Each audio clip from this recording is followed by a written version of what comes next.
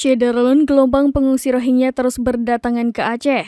Merespon hal itu, Kapolres Aceh Timur AKBP Andi Rahmansyah menurunkan personil untuk melakukan patroli pesisir pantai dan perbatasan laut pada Jumat 15 Desember 2023. Ia juga meminta kepada warga pesisir agar segera memberikan informasi jika melihat orang-orang Rohingya yang merapat ke darat. Saat ini warga pesisir juga telah melakukan patroli di kampungnya masing-masing. Untuk diketahui, imigran Rohingya yang mendarat di TPII di Cut Gampung Sinebuk Baru, Kecamatan Darul Aman, Aceh Timur pada Kamis 14 Desember 2023 lalu telah dipindahkan ke Lok Semawe di gedung bekas imigrasi. Awalnya mereka akan ditempatkan di ID Sports Center, namun karena warga terus melakukan protes terhadap relokasi tersebut, pihak Pemkab Aceh Timur mengambil alternatif untuk memindahkannya ke Lok Semawe.